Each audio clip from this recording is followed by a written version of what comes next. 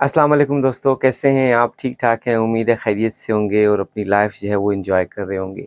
Ultrasound teaching videos में doctor Arshad Nadeem आवान के साथ मैं आपको खुशामदीद कहता हूँ। मेरा आज का टॉपिक जो है वो एंडोमेट्रियल एब्लेशन और एंडोमेट्रियल एडहेशन है। ये 2 ऐसे टॉपिक हैं जो कि बहुत इम्पॉर्टेंट हैं और अल्ट्रासाउंड इमेजिंग पे हमें मुख्तलिफ़ तरीके से इसकी प्रेजेंटेशन नज़र आती हैं और पेशेंट हिस्ट्री देता है, पेशेंट की कंप्लेन होती है, गायनी सेक्शन जो है वो रेडियोलॉजी सेक्शन से ओपिनियन लेता है। लेकिन अगर क्लिनिकल एक्सपर्टी ना हो तो हम ये 2 पॉइंट जो है बग़ैर किसी नोटिस के मिस कर देते हैं। तो इसलिए ये 2 पॉइंट ऐसे हैं जिनके लिए हमें अटेंशन पे करनी होती है। हमें देखना होता है कि एंडोमेट्रियल एब्लेशन के में जो है वो हमें अल्ट्रासाउंड कैसे नज़र आएगा और हमें एंडोमेट्रियल एडहेशन में कैसे नज़र आएगा। पहले मैं आपको एंडोमेट्रियल एडहेशन के बारे में बताकर उसकी कुछ पिक्चर्स आपको दिखाऊंगा और उसके बाद फिर एंडोमेट्रियल एब्लेशन की बात करेंगे। एंडोमेट्रियल एडहेशन जो है ये ज़्यादातर पोस्ट ट्रॉमेटिक, पोस्ट इन्फेक्शन और पोस्टपार्टम जो है ये देखने में मिलता है। इन तीनों कंडीशन में या पोस्ट सर्जिकल में आपको जो है एडहेशन मिलेगी। एडहेशन की कॉम्प्लिकेशन ये है कि ये इनफर्टिलिटी काज करता है और दूसरा मेंस्ट्रुअल इर्रेगुलरिटी काज करता है।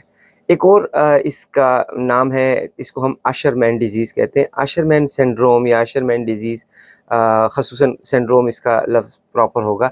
तो आशरमैन सिंड्रोम वो होता है कि अगर किसी फ़ीमेल में एंडोमेट्रियल एडहेशन हो और उसकी इनफर्टिलिटी हो, उसकी प्रेगनेंसी ना हो रही हो, तो इस कंडीशन को हम कहते हैं आशरमैन सिंड्रोम। तो आशरमैन सिंड्रोम में जो है वो पेशेंट की इनफर्टिलिटी रहती है, वो कंसीव नहीं कर सकती। अल्ट्रासाउंड पे देखने से हमें एंडोमेट्रियल कैविटी के अंदर इर्रेगुलरिटीज़ या फिर जो है ब्रिज लाइक बैंड जो है वो नज़र आएंगे। तो ये एक एंडोमेट्रियल एडहेशन की करैक्टरिस्टिक है। नॉर्मली अल्ट्रासाउंड पे ट्रांस एब्डोमिनल पे थोड़ा मुश्किल होता है, लेकिन ट्रांसवेजाइनल पे अगर आप जो है सोनो हिस्टेरोग्राफी करें, आप थोड़ा सा जो है सेलाइन इंस्टिल कर दें, तो उसके बाद आपको जो ये एडहेशन है वो बड़ा क्लियरली नज़र आने लगेगी। लेकिन चूँकि ये पेनफुल प्रोसेस होता है, एडहेशन की वजह से एंडोमेट्रियल कैविटी डिस्टेंड नहीं होती। जब आप फ्लूइड इंस्टिल करते हैं तो पेशेंट के लिए बड़ा पेनफुल होता है और वो जो है ज़्यादा बियर नहीं कर सकती, इसलिए इसको अक्सर लोग अवॉइड करते हैं। लेकिन ट्रांसवेजाइनल पे आपकी अगर प्रैक्टिस है और आपने ऐसे केसेस देखे हुए हैं तो आप आसानी से जो है एंडोमेट्रियल एडहेशन पिक कर सकते हैं। एंडोमेट्रियल एडहेशन में कभी-कभी जो है वो स्लाइड थिक एंड बैंड जो है वो एंडोमेट्रियम में नज़र आते हैं, लो लेवल इंटरनल इकोज़ जो है वो नज़र आते हैं। तो आपको ये पॉइंट जो है वो पिक करने होते हैं। इसके साथ-साथ जो है आप पेशेंट की हिस्ट्री ज़रूर लें। जो कॉमन हिस्ट्री होती है, जो पेशेंट से रेलेवेंट हिस्ट्री होती है, आप पेशेंट की हिस्ट्री लेते हुए कि क्या वो पोस्ट सर्जिकल था, कोई पोस्ट इन्फेक्शन था, या उसको जो है कोई पोस्ट ट्रॉमा था। तो इन चारों कंडीशंस के बाद जो है आप सोच सकते हैं कि पेशेंट की अगर मेंस्ट्रुअल इर्रेगुलरिटी है तो it could be due to endometrial adhesion. तो अब आइए देखते हैं कि अल्ट्रासाउंड इमेजेस पे हमें एंडोमेट्रियल एडहेशन कैसे नज़र आएगी, हम इसको किस तरीके से पिक करेंगे और इसकी हमें रिपोर्टिंग कैसे करनी है। तो आइए ये इमेजेस देखते हैं।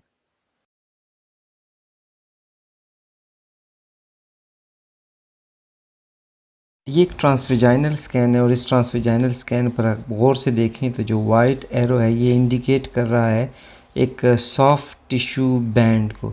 ये दरअसल जो है ये सिनेक्शिया है या इसको जो है आप एंडोमेट्रियल एडहेशन कहते हैं।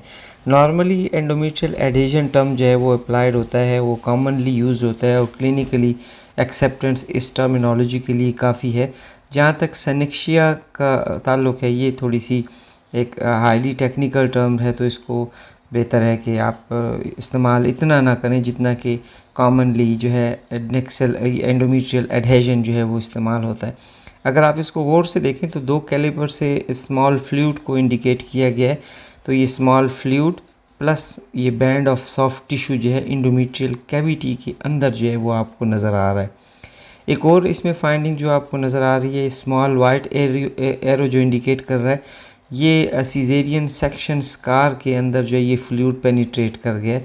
तो यहाँ पर भी जो है ये मायोमेट्रियम का जो स्कार है जो कि कंटिन्यू विद एंडोमेट्रियल कैविटी होता है, इसके अंदर फ्लूइड जो है वो ग्रेविटेट कर गया। तो ये एक एंडोमेट्रियल एडहेशन की आपको एग्जांपल यहाँ पे नज़र आ रही है। ये ट्रांसवेजाइनल स्कैन है। ट्रांस एब्डोमिनल स्कैन पे ये फाइंडिंग पिक करना जो जो है इतना आसान नहीं होता, लेकिन अगर क्लिनिशियन एक्सपर्ट है तो वो ये जो है वो पिक कर सकता है। तो ये जो है आपके पास एक एंडोमेट्रियल एडिशन की एग्जांपल है। दूसरी ये बात, चूँकि इस एंडोमेट्रियल कैविटी के अंदर फ्लूइड इंस्टिल किया गया है, ये सोनोहिस्टेरोग्राफी है जिसमें कि फ्लूइड इंस्टिल करके एंडोमेट्रियल कैविटी को थोड़ा सा एक्सटेंड किया गया ताकि सॉफ्ट टिश्यू को जो है वो देखा जा सके। तो आपको सॉफ्ट टिश्यू नज़र आ गए, एडहेजन जो है इसमें नज़र आ रही है, और ये फ्लूइड जो है वो आपको सीजेरियन सेक्शन स्कार तक जाता हुआ जो है नज़र आ रहा है। तो ये एग्जांपल है एंडोमेट्रियल एडहेजन की। ये एक दूसरा ट्रांसवेजाइनल स्कैन है, और ट्रांसवेजाइनल स्कैन पे जो है आपको यूट्रस क्लियरली दिखाई दे रहा है, और आपको इंडोमेट्रियल कैविटी में जो है इंडोमेट्रियल थिकनिंग भी क्लियरली नज़र आ रही है। ये इंडोमेट्रियल थिकनिंग से यूँ लगता है जैसे ये सेक्रेटरी चेंजेस इंडोमेट्रियम है, और इसके साथ साथ आपको लोअर हिस्से में एक सेपरेट बैंड नज़र आ रहा है जो कि वाइट एरो की ने उसको इंडिकेट किया हुआ है।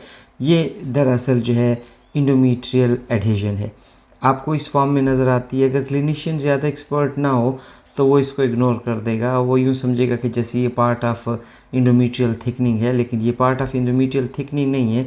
इंडोमेट्रियल एडहेजन आपको इस फॉर्म में नज़र आएगी।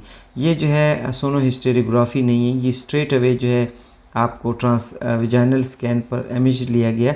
इस पेशेंट की कंप्लेंट जो है वो पेन की थी, और वो दीगर कंप्लेंट जो कि एडहेजन के साथ साथ होती हैं वो पेशेंट कंप्लेन कर रही थी। जब अल्ट्रासाउंड ट्रांसवेजाइनल किया गया तो हमें उसमें इंडोमेट्रियम थोड़ी सी जो है वो इकोजेनेसिटी, और उसमें हल्की सी जो है हाइपोइक्विक एरिया भी नज़र आए, और आपको एक सेपरेटली बैंड फॉर्म नज़र आया। ये बैंड दरअसल एडहेजन का बैंड है, और यहाँ से ये जो है एडहेजन स्टार्ट हुई है और ये फर्दर आगे फिर प्रोग्रेस करेगी। तो अगर इस स्टेज पे जो है इसकी ट्रीटमेंट कर दी जाए तो ये पेशेंट जो है कवर अप हो जाएगा। लेकिन ये पेशेंट जो है अगेन पेन के साथ आया, और उसने सिम्टम्स दिए जो कि इंडिकेट कर रहे थे कि इस पेशेंट को जो एडहेजन हुई, क्योंकि इसमें पोस्ट सर्जिकल हिस्ट्री मौजूद थी, पोस्ट इन्फेक्शन हिस्ट्री जो है मौजूद थी, और पोस्ट इंस्ट्रूमेंटेशन हिस्ट्री मौजूद थी। तो ये तीनों रीज़न जो हैं वो एडहेजन के लिए होते हैं, सिनेशिया के लिए होते हैं। तो ये एक अलग एग्जाम्पल थी जिससे कि आप एंडोमेट्रियल एडहेजन को पहचान सकते हैं।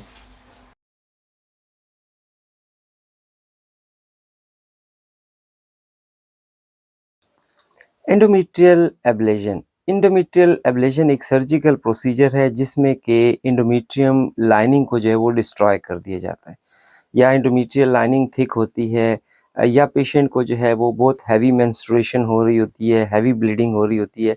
तो इस ब्लीडिंग को कंट्रोल करने के लिए या ब्लीडिंग को ऑल टुगेदर स्टॉप करने के लिए इंडोमेट्रियल एब्लेशन की जाती है। इंडोमेट्रियल की लाइनिंग को जो है वो सर्जिकल तरीके से डिस्ट्रॉय कर दिया जाता है। तो इस प्रोसेस को इंडोमेट्रियल एब्लेशन कहते हैं। अब इंडोमेट्रियल एब्लेशन को अल्ट्रासाउंड पे देखना इसलिए ज़रूरी होता है कि post endometrial ablation complication develop होती हैं, और बाज़ औक़ात जो है इंडोमेट्रियल की पैथोलॉजी जो है वो भी डेवलप होना शुरू होती है, इंडोमेट्रियल स्कारिंग शुरू हो जाती है। तो इसको देखना जो है अल्ट्रासाउंड पे बहुत ज़रूरी है। लेकिन ये ऐसा बारीक सा पॉइंट है जिस पे कि अक्सर क्लिनिशियन जो है वो इसको या तो नोटिस ही नहीं करते, या फिर अपनी इतनी अटेंशन पे नहीं करते, तो जो बहुत ज़्यादा इम्पॉर्टेंट है। पहली बात तो ये कि पोस्ट एब्लेशन आपको इंडोमेट्रियम नज़र कैसे आएगी, ये आप पिक कर सकें कि आपको इंडोमेट्रियल जो है वो एब्लेशन के बाद जो एरिया है वो कैसे नज़र आएगा। दूसरा ये कि आप ये देख लें कि इंडोमेट्रियल की स्कैरिंग कैसे होगी, आपको स्कार्स कैसे नज़र आएंगी। तीसरा ये कि कोई अगर हेमाटोमा डेवलप हो रहा है तो वो आप हेमाटोमा कैसे पिक करेंगे, पोस्ट एब्लेशन हेमाटोमा जो है वो आप पिक करेंगे। फिर उसके बाद चौथी बात ये कि आप देखें कोई रेजिडुअल रह तो नहीं है, कुछ एरिया इंडोमेट्रियम का फोकल या जनरलाइज जो है वो रह गया हो, तो आपने उसको जो है नोटिस करना है कि ये एरिया जो है ये रह गया है, और ये इसकी कॉम्प्लिकेशन होने के चांसेस जो है वो हो सकते हैं। इसके साथ साथ कभी कभी जो है वो कार्नुअल रीजन के ऊपर जो है हेमाटोमा जो है वो डेवलप हो जाता है, इंडोमेट्रियल कैविटी के अंदर हेमाटोमा डेवलप हो जाता है। कभी कभी जो है वो सेल्फेंक्स, हाइड्रोसेल्फेंक्स या हेमाटोसेल्फेंक्स जो है वो डेवलप हो जाता है। तो ये सारी की सारी कॉम्प्लिकेशन जो है वो रिलेटेड है इंडोमेट्रियल एब्लेशन के साथ।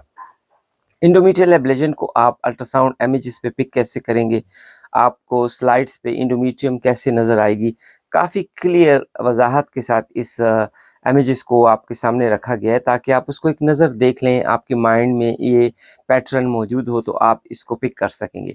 दूसरी बड़ी बात ये कि आप पेशेंट से जो है स्कैन करते हुए रेलेवेंट हिस्ट्री लें। हमने अक्सर क्लिनिशियंस को देखा है, ख़ासकर गायनी वाले क्लिनिशियंस को या जो अक्सर पेशेंट्स होते हैं, मेरा इससे मकसद सिर्फ़ एक तालीमी लिहाज से गुफ्तगू करना है कि क्योंकि वो इर्रेलेवेंट हिस्ट्रीज़ लेती हैं।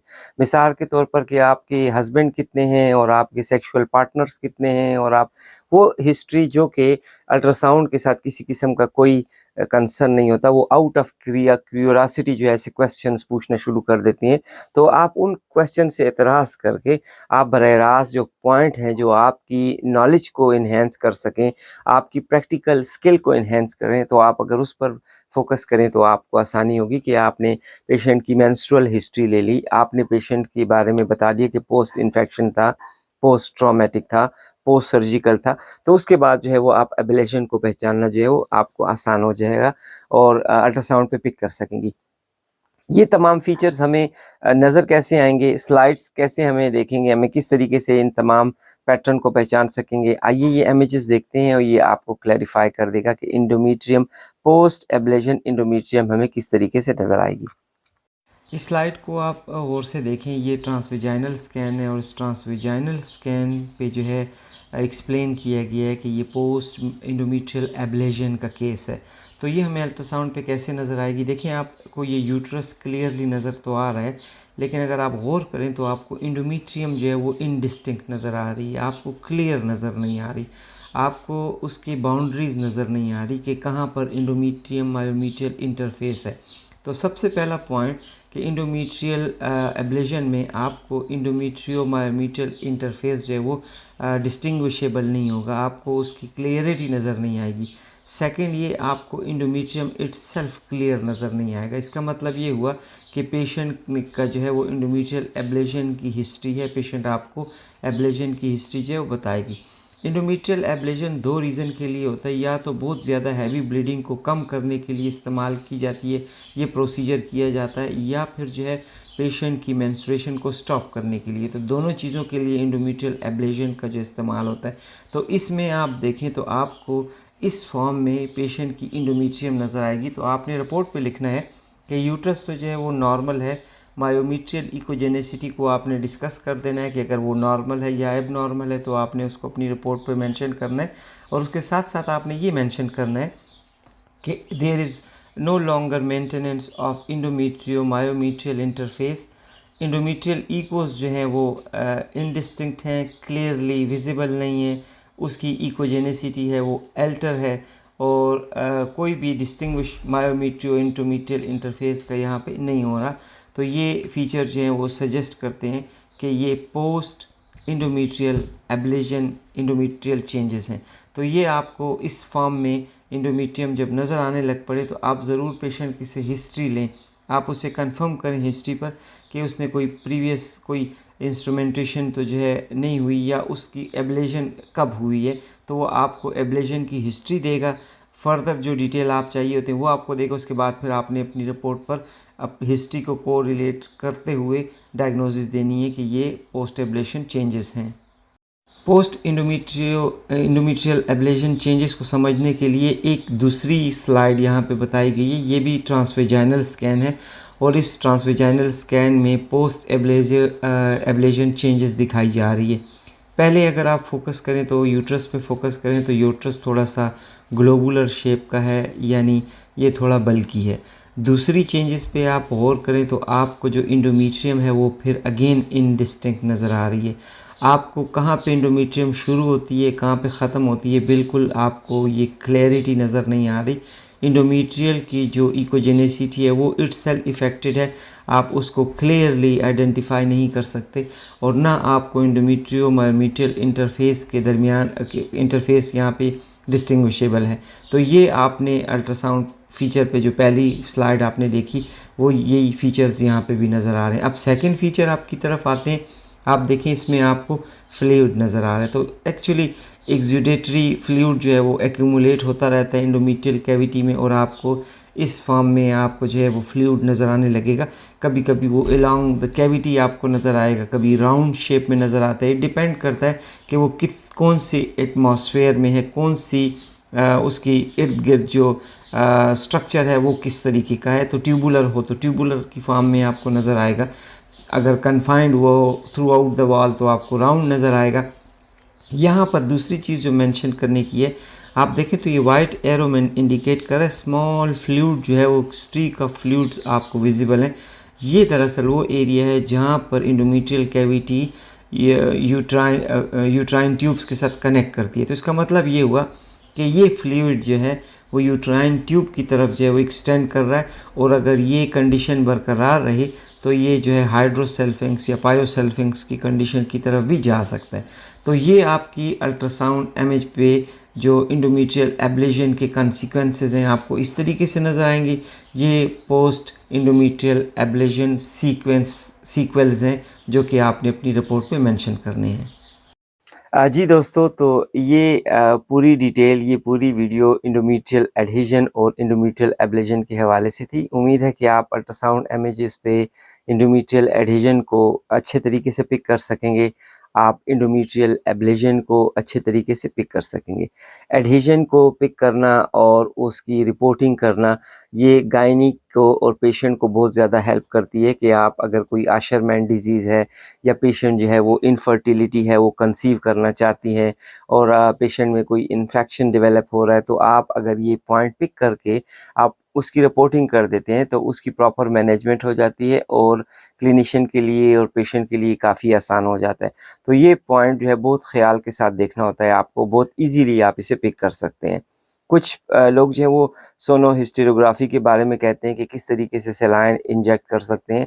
तो वो ख़वातीन जिन्होंने गायनी में काम किया होता है, वो क्लिनिशियन जो गायनी में काम कर चुके होते हैं, उनको या उन्होंने क्यूरेट परफॉर्म किया होता है, या डीएनसी उन्हें परफॉर्म करना आता है, या उन्हें वेजाइनल स्पेकुलम लगाना आता है, या उन्हें सर्वाइकल डायलिटेशन आती है, या उन्होंने जो है एचएसजी में रेडियोग्राफी में काम किया होता है, तो उन सब के लिए ये प्रोसीजर इतना मुश्किल नहीं होता, क्योंकि माइनर स्मॉल कैथेटर के ज़रिए सेलाइन इंजेक्ट इंस्टिल करके आप जो है अल्ट्रासाउंड के ऊपर इंडोमेट्रियल कैविटी को डिस्टेंड कर देते हैं, और इसको बड़ी आसानी के साथ अगर उसके अंदर कोई पैथोलॉजी ख़ुसूसन एडहेजन या पॉलिप्स है तो वो देखे जा सकते हैं। तो इस वीडियोस पे जो है आपको इंडोमेट्रियल एडहेजन बताया गया। दूसरा, आपको इंडोमेट्रियल एब्लेशन के बारे में बताया गया कि आपके पास इनडिस्टिंक्ट इंडोमेट्रियम नज़र आती है, इंडोमेट्रियल स्कारिंग आप देख सकते हैं। इंडोमेट्रियल में अगर कोई हेमाटोमा डेवलप हो रहा है तो उसकी पोजीशन, उसकी कंडीशन और उसकी जो अपीयरेंस है आपको क्लियर नज़र आती है। तो ये तमाम पॉइंट जो है आप इंडोमेट्रियल एब्लेशन से रिलेटेड जो है वो वहाँ से पिक कर सकते हैं। और इन सबसे बढ़कर इम्पॉर्टेंट चीज़ जो है वो ये है कि आप हमेशा पेशेंट से रेलेवेंट हिस्ट्री लें। जब भी आप रेलेवेंट हिस्ट्री लेंगे, ये आपकी क्लिनिकल एक्सपर्टीज़ को, क्लिनिकल नॉलेज को इन्हेंस करेगा, इम्प्रूव करेगा, और आप ज़्यादा अच्छे तरीके से आगे प्रैक्टिस कर सकेंगे। तो मुझे उम्मीद है कि ये वीडियो आपको पसंद आई होगी और आपकी नॉलेज में से ज़रूर इजाफ़ा होगा। कोई पॉइंट अगर आप चाहते हैं कि उसको मज़ीद एक्सप्लेन किया जा सके तो मुझे एक ईमेल या मुझे एक टेक्स्ट ड्रॉप कर दीजिएगा। मैं ज़रूर उसको देखूँगा और कोशिश करूँगा कि आपके सवाल का जवाब जो है वो मैं देख सकूँगा। बाकी तमाम साथी जो मुझे मैसेजेस करते रहते हैं, मैं उनका बहुत शुक्रिया अदा करता हूँ। वो तमाम साथी जो कि ख़ुसूसन मैं देखता हूँ इंडिया और पाकिस्तान से हैं, तो मैं उन सब भाइयों का बहुत मशकूर हूँ, उन तमाम बहनों का बहुत मशकूर हूँ जो मुझे अपडेट रेगुलर दे रहे होते हैं। बस आप इन वीडियोस को थोड़ा-सा 1-2-3 दफ़ा ज़रूर देखा करें, ताकि आपकी ये नॉलेज जो है वो आपकी एक्टिव मेमोरी में बेस हो जाए, मज़बूत हो जाए, और आप इसको एट टाइम्स जो है जिस वक़्त ज़रूरत हो उसको प्रोड्यूस कर सकेंगे। इंशाल्लाह किसी दूसरी वीडियो के साथ आपकी खिदमत में ज़रूर हाज़िर होऊँगा। अपनी और अपने इर्द-गिर्द और अपने पेशेंट का और अपनी रेडियोलॉजी का बहुत ख़्याल रखिएगा। किसी दूसरी वीडियो के साथ आपके साथ दोबारा हाज़िर होऊँगा। तब तक के लिए इजाज़त चाहूँगा। अल्लाह ने के बाद।